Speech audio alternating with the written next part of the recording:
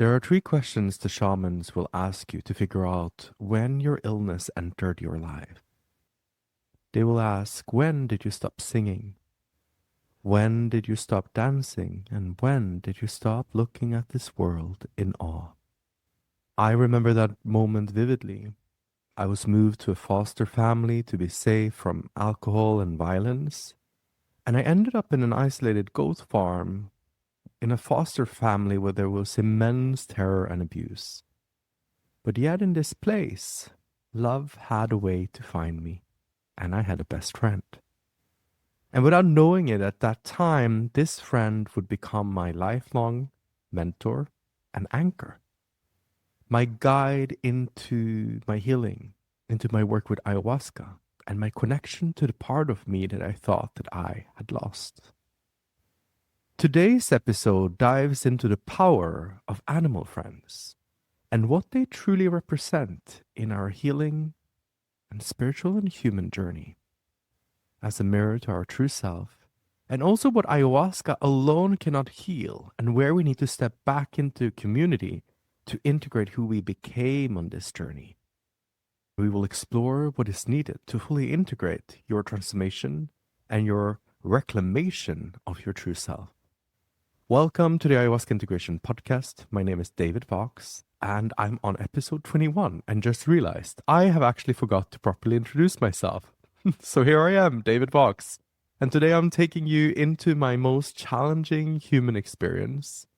And I want to share this with you because in one ceremony I heard a whisper that said, "Don't let any of your suffering go to waste."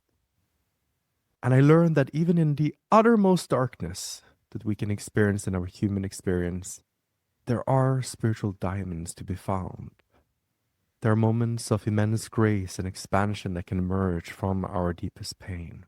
It does not mean that any harm is okay, but it means that there might be hidden treasures on this journey when we alchemize this darkness into light.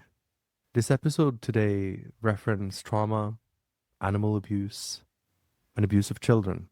So please tune out if you're in a sensitive or vulnerable moment today, or if you're listening around children. And the story I will share with you today is also the anchor and the reason why I'm doing the work that I do and why I'm called to share this work with you on this podcast. It's about my main teacher, my anchor in my spiritual path and also my own heart, and the inner sanctuary that nobody could ever touch and ever break. It's a journey into the darkest corner of hell that I got to experience in this lifetime, and how I discovered the light I never lost. Ayahuasca, curandera, es espíritu de abuela, es mi alma, es mi guía, camino con luz, pasería. Ayahuasca, curandera, es espíritu de abuela, es mi alma, es mi guía, camino con luz, pasería. Ayahuasca. When I was 2 years old, I was sent to a goat farm in a foster care to protect me, they said. And what I found there, I've spent decades trying to find words for it. It was a form of absurd darkness with violence that made no sense for a child's mind, and it doesn't make any sense now.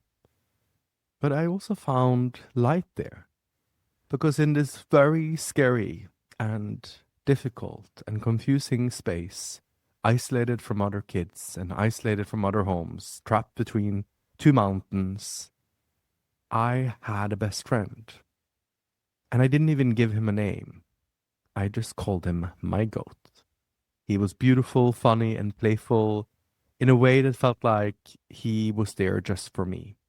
Every single morning, I would wake up and he would be standing outside my front door, like clockwork, before I even got there. And if I didn't come out by sunrise, he would literally find a way to open the door himself. He would put his head inside the door. He would find a way to open up the door with his horn. And sometimes he would walk all the way in just to find me.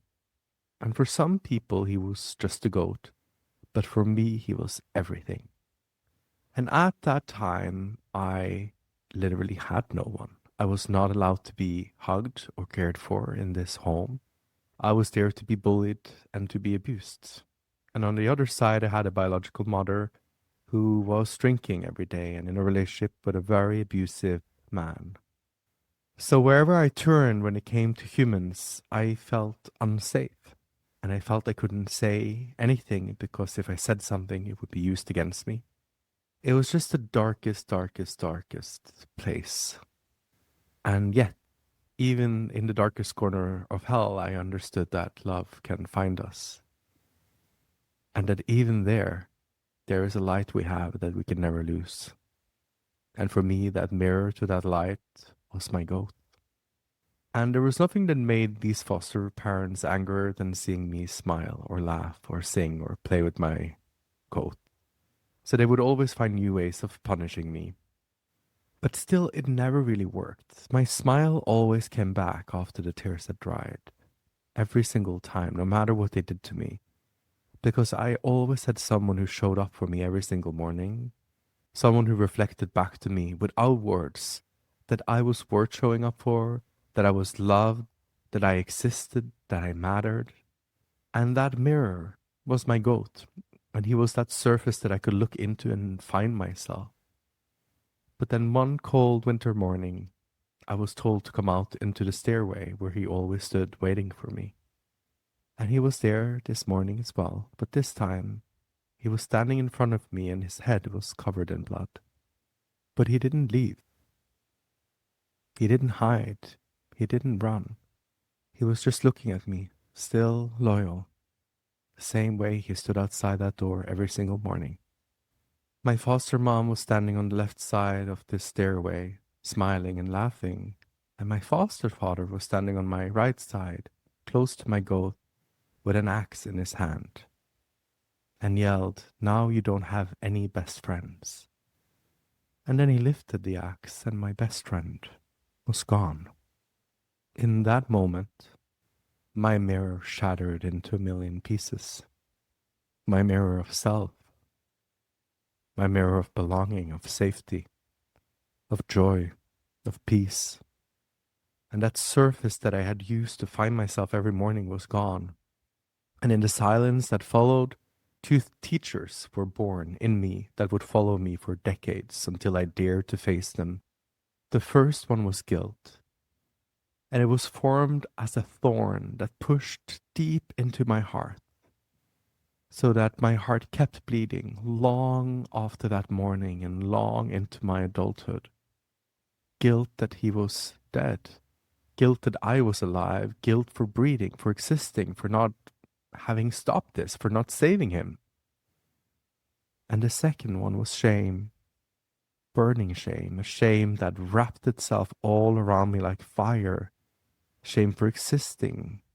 Shame for being born wrong. Shame that I'd taken up space in the world.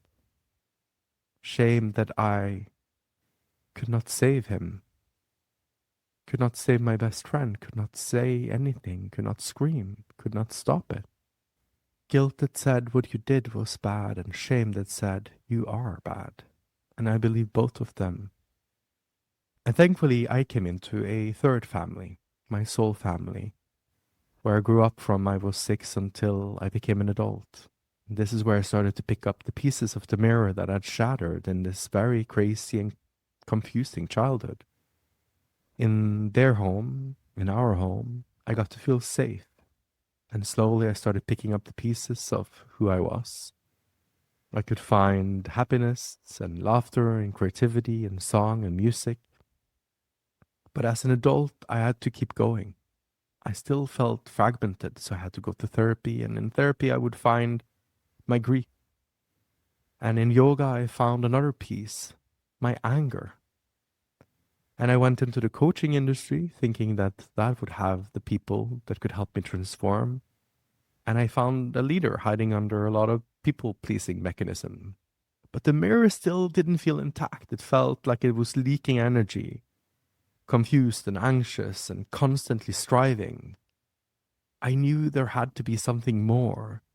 And then other professionals in the industry would say, "You had such a difficult childhood, just be happy. you're alive, just be happy you're functioning. But still, I had this question that was deep in my heart. Can I heal fully and can I live a normal life that is not just okay and anxious less, but full and abundant and alive? And with that question open, ayahuasca started knocking on the door. And I understood it was time to find a deeper answer. So I went into ceremony with my friend Brett and Nick. And for the first time in my life, all of the pieces of me were there together. The anger, the grief, the love, the loss, the goat, the child, all of it was present in one room at once.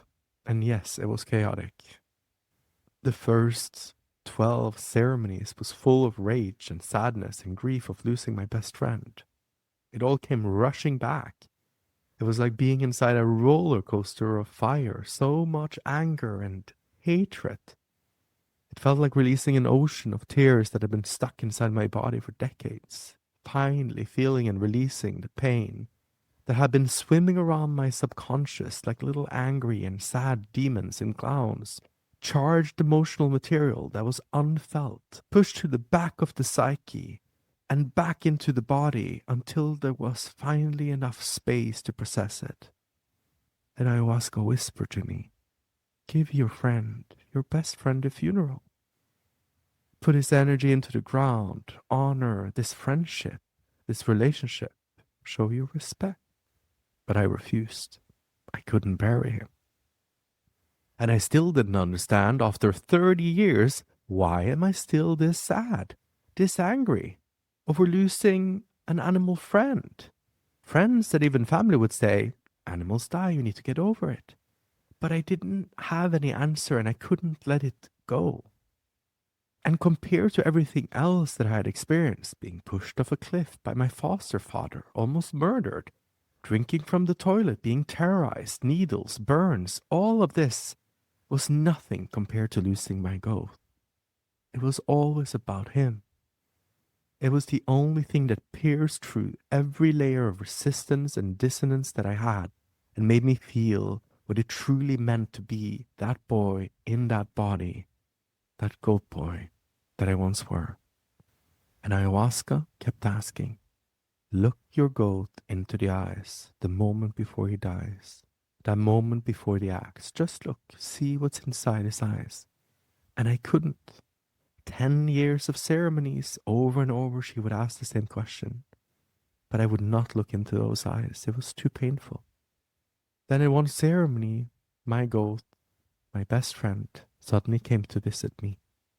He was standing there, next to me in spirit form, filled with light. And I could see him. I could feel him like I felt him when I was a child, and I wept and cried all night, still not understanding. What is it about this goat? What is it about this one connection, this one animal, this one relationship that just cuts deeper than everything else? Like spiritual sandpaper, it just takes me to the core of my being. And in another ceremony, ayahuasca took me somewhere else. She showed me that my greatest desire as a child was simply to just be with my goat and have my best friend there every morning. But when he died, and that desire could not be fulfilled, desire turned into pain. And I learned that within every big fear we have lives a desire that is unfulfilled. And I started fearing what I desired.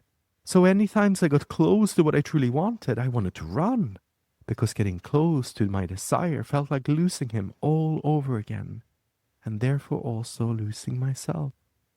Over 100 ceremonies and 10 years working with this magical plant, and my goat kept coming back, like an anchor into my own healing, into my own heart, again and again, taking me deeper and deeper, truer and true, the fire and the pain. And ayahuasca would repeat, look into his eyes, and again I would refuse, because his eyes were the original mirror, that first surface that I had ever trusted. And whatever was looking back at me from inside them, I wasn't ready for it. I couldn't. And through these ceremonies with ayahuasca, my friend would come back, and sometimes he would be my best friend standing there next to me. But other times he would show up in a different form, as a teacher, as a guardian, and sometimes in his true spiritual form. And in those moments, he showed me something that I had never been told through any of my spiritual practices or religions, that the greatest teacher on this planet, they don't always come down and call themselves Jesus or Buddha or mom or brother or friend. Some of the greatest spirits that come down to this earth, they call themselves a cat, a dog, a horse, a hamster, a rabbit. And we diminish them. We treat them as secondary beings, not knowing that they might be the most powerful ancestors, a grandmother we once had, or a spirit beyond our comprehension, so wise, who understood that the most powerful and profound way to reach to our hearts in this lifetime was to arrive without a language, without power, without judgment, without agenda, to be our animal, to be our purest mirror, our friend, to simply reflect back who we truly are, without distortion, without condition, to just love us unconditionally when no human around us knew how. And for me, this was just baffling, to understand that some of the most powerful and wise and ancient spirits on this planet are not reincarnated as the smartest and most expressive and powerful humans, but rather the opposite, that the most powerful spirits on earth might be doing their deepest work right now as a hamster or a dog or a snake or a goat or a sheep or a cat. And it truly makes me proud to know that. That when I look at my dog, I know that there is a powerful spirit, a real teacher, who chose to enter my life in this way, because they know that this is where they can reach us, not just through a religious book or through a concept, a spiritual practice, but through being our puppy or being the neighbor's cat, and for me, being a goat. And anyone on this path knows that our animals are not only unlicensed therapists and unpaid caretakers, but they are filling a gap that a lot of parents and friends and entire societies cannot fill, because they can love without condition. And I honestly wonder how many lives they are saving every single day, because they are there for us. My goat took many faces and many shapes over those 10 years. He was my guardian. He showed me what loyalty looks like. He was a great teacher. And he was a powerful spirit that always guided me into a deeper and truer part of myself. And he is still my guide and my teacher. So after 10 years in this journey, I also decided to look into his eyes when Ayahuasca asked me to come and stay with him in that last moment.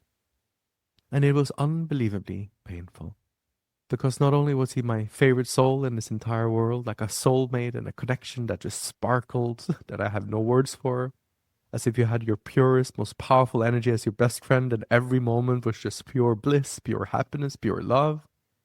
And his eyes was the safest, happiest eyes I ever known. I almost felt like God was my best friend and I got to play with God in childhood.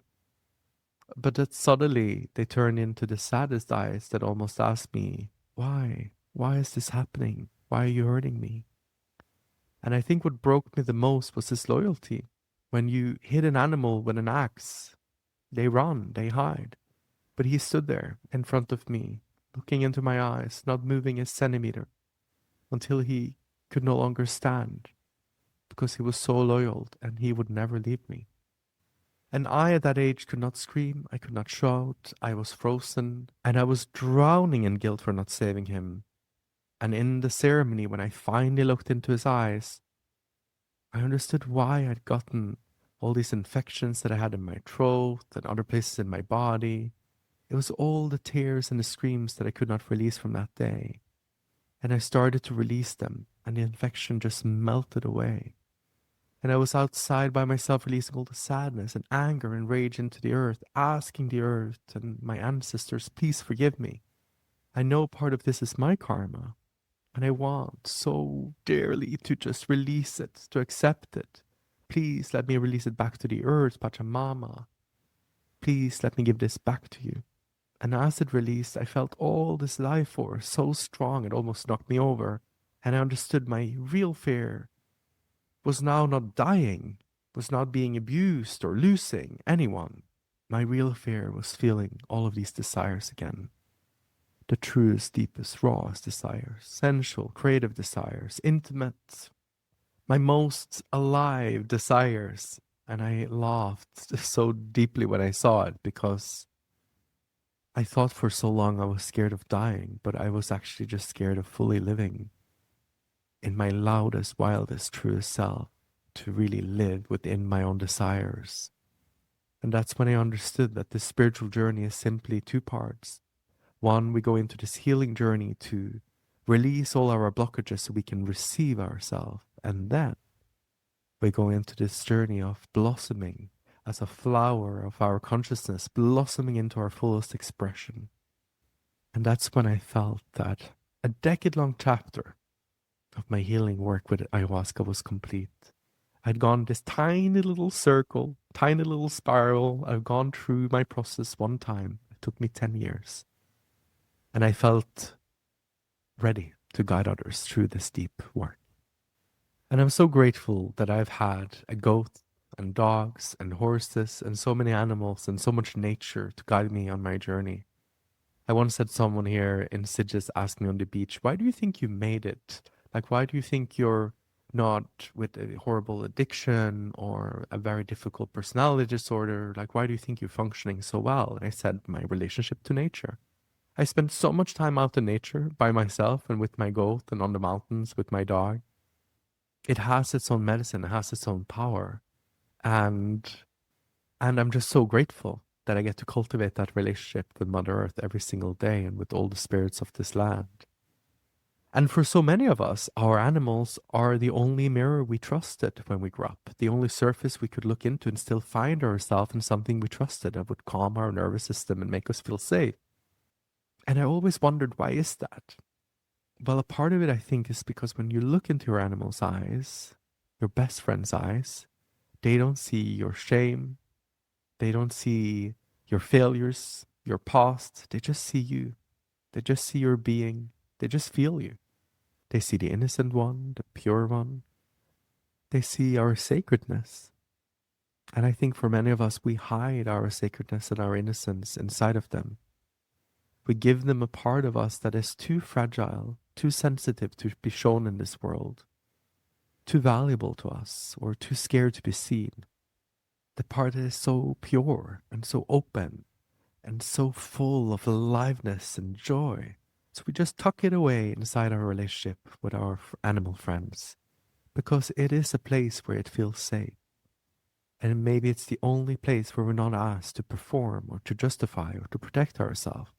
And our animal friends, they carry this for us, our sacredness, faithfully and unconditionally, without ever once asking us to be any different. And that is what our animal friends, I feel, reflect back to us, not who we became or who we think we are or what has been done to us, but they get to reflect that pure mirror, that pure sacredness that we have. They get to reflect that pure mirror, that pure potential that is still intact, still whole, and still there. So when we lose them, we don't just lose an animal friend, we lose maybe the only mirror that was showing us that part of ourselves, our mirror to that safety and that sacredness and that spiritual relationship. And sometimes we don't even know where to find it again. We don't even know what we have lost. And people will say, well, it was an old dog or it was an old cat and it happens. But we know that this has been a relationship that is unreplaceable. Some of us are looking forward to get to the other side so we can meet them again. But here's what I had to learn, that after 10 years of ceremony and a lifetime of healing, we are hurt so deeply in relationships, many of us, and yet we are expected to heal alone. In therapy rooms or in ChatGPT talks about our pain, or alone on our mat in ceremony and yoga studios. We're alone with our process, alone with our pain. And there is deep value in that, real value. There is the part of the process where you have to face it and meet it and accept it and release it so that you can receive yourself. I had to go through that process as well. But it's not enough. We release and we reclaim and we receive who we really are.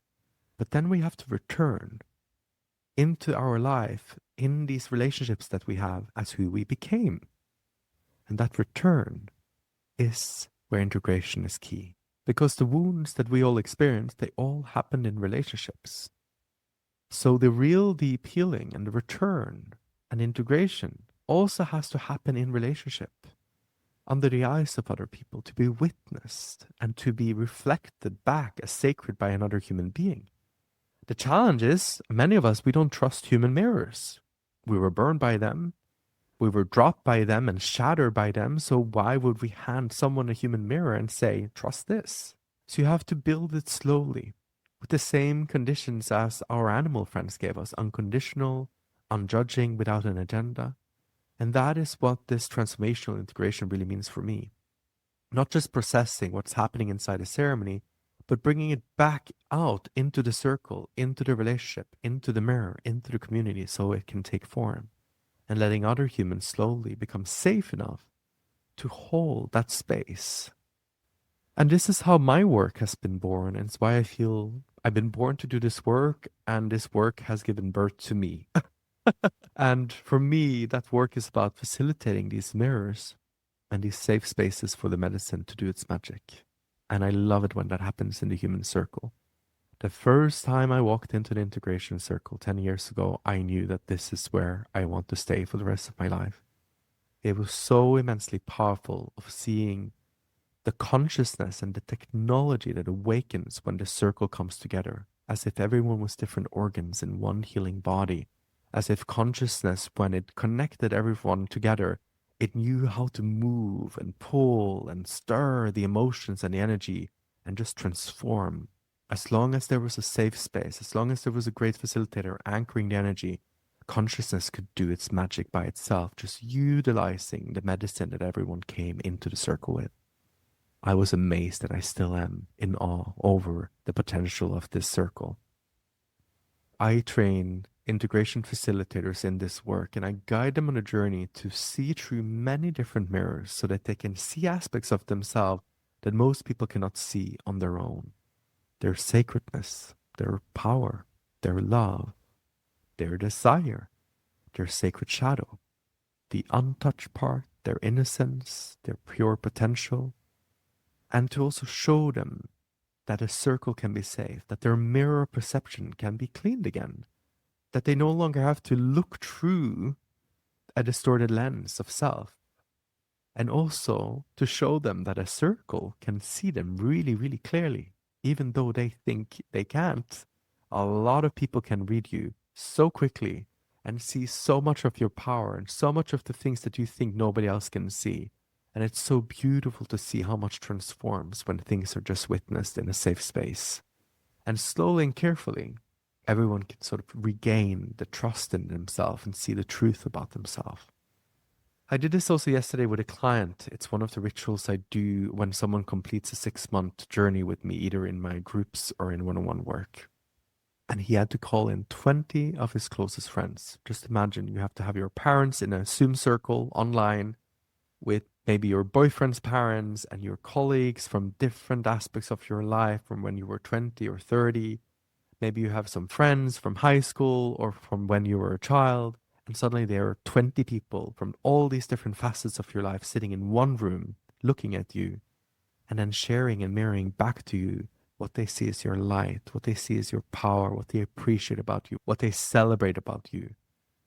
And they're doing a celebration of your light and of your life while you are alive. When someone enters the celebration circle, they're a mirror of self that once were shattered or had shame or guilt in it, suddenly gets cleaned really quickly back to its original state. And we can let go of that distorted reflection that we've been carrying and trying to fix. We can see the true one that is there and has always been there. And we can stop living from who we think we need to be and start living from who we already are. When you are in a circle like that, you see that people are already seeing who you are. They're already celebrating you. You're already enough, and you don't have to be anything else. And yesterday I got to see a dad crying, celebrating his son.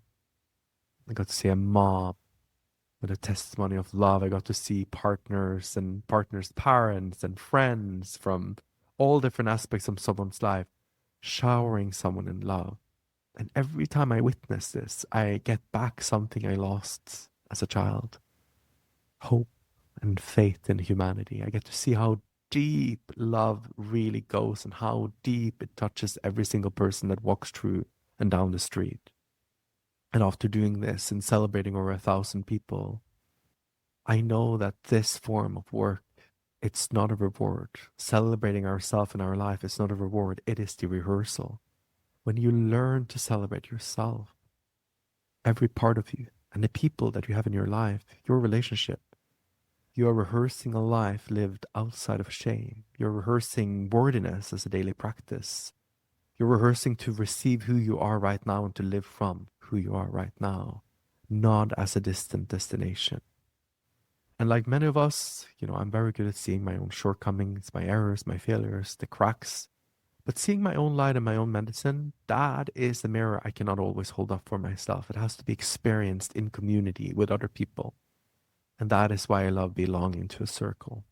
So when you do this work, you start to see how much love there is in this world, how much beauty, so much unseen, unexpressed, uncelebrated light walking around in human bodies, hiding sometimes, waiting and shrinking, because no one ever created a space or a clean mirror for it to be expressed and say, I see you. I see all the sacredness in you. And most of us, and also most leaders in this industry, struggle not because of the lack of gifts they have or medicine or insight or power. They struggle because they have learned to see themselves through distorted mirrors, through shame, through guilt, through a voice that became limited and small. So much of this work, it always comes back to trusting yourself and knowing the truth about who you are. Because when you have trust and when you have truth, you always will have transformation. And when you can trust your own perception, you can trust your own voice. And when you can trust your own voice, you can trust your own medicine. And you can have a beautiful, natural, authentic energy that impacts others, that can really land outside of you and also land in your own heart. Because your gifts, they are always there. They're like colors that you might not notice because they've always been around you. And it's the way you listen, how you see patterns, how you hold space, how you shift energy without even knowing it when you walk into the room. You might dismiss it because it's just how you are. And this is why we need mirrors. Not once and not in a weekend workshop and not just one single retreat, but over time with people who reflect back over and over and over again what you cannot see in yourself. Because when it's reflected back consistently, layer by layer, you start to trust your perception. You start seeing the truth of your own gifts. You start seeing and owning your power. And you start seeing and owning your light. That is what this work does. It is the mirror you didn't have as a child. And it is not about fixing anything that is broken. It is about seeing what is already there and has always been there. And then letting it live in you fully. This is why every culture in history that knew how to heal, and shamanism and in spiritual culture, always healed in a circle. Healed in songs, healed in ceremony. We are the first generation that are trying to heal alone, privately, on our phones, in front of an algorithm designed to reflect back our fragmented self and feeding our ego and amplifying our own distortion and making our world smaller and smaller. And that's the opposite that happens in a circle. Real human connection in a circle is like a technology we've spent thousands of years cultivating around the fireplace. And for facilitators in this work, it is essential to truly see your own mirror first so that you don't project onto others and create an unsafe space for their healing. Many of us on the healing journey, we might feel like we have this dirty kitchen where we always have to come and clean, a sink full of karmic junk, endless work, endless processes. But when we clean the window of self itself so that the light can come fully in, we're bringing it into completion. The mirror was never destroyed. It was just waiting to be cleaned. So if you feel the call to go deeper into your own healing and learn to hold space for others, I want to tell you shortly about the Sacred Integration Facilitator training that is starting May 20th. Twice a year, I run the 6-month facilitation training for those that feel ready to step into this work. This is where you have been on your own healing journey over time, and now you're feeling this pull to maybe become a guide, a coach, a facilitator in this growing world of plant medicine, transformation, and integration. And the most important thing that this training can give you is not a curriculum, it's not a certificate, it's a direct experience of your own medicine, of your own sacred mirror, the thing you actually came into this world with, the thing that was always there underneath whatever experience you had that no training and no certificate can install. Most facilitators and integration coaches, they never get to truly see it and feel it. They learn tools and techniques and they hold space for others, but they never fully see the impact of their own presence, their own light, what actually happens in the room because of who they are naturally and authentically. In the circle, you get to feel that, and you get to see it through the eyes of others. Over 6 months, you learn to see yourself through 12 different mirrors, 12 aspects of yourself that most people never see clearly. And you also learn to hold 12 different spaces, from individuals to groups. You learn the integration and transformational principles that create safety, and you learn tools and how to utilize your medicine with these tools so they become instruments of healing and transformation. You learn how to help people integrate and prepare them before and after ceremony, and underneath it all, how you can integrate yourself and see yourself through the group lens, through a clean window, and finally see your own reflection without any distortion. At the end of these 6 months, you will also do a celebration circle for your colleagues, your friends, your family, everyone where your inner child feels safe will be invited into the circle, mirroring back your power, your impact, and your gifts so that you can fully receive yourself while you're still here, while you are alive, so that you can also express yourself fully. This is the foundation of facilitation. It gives you all the practices and the clarity of your own mirror and the medicine that only you can bring. And it would be an honor to be with you on this path. I'm bowing for you, my friend, your courage to go into this work with our teacher, Ayahuasca, and for all the animals that have supported you on your journey and still are. See you next week, my friend.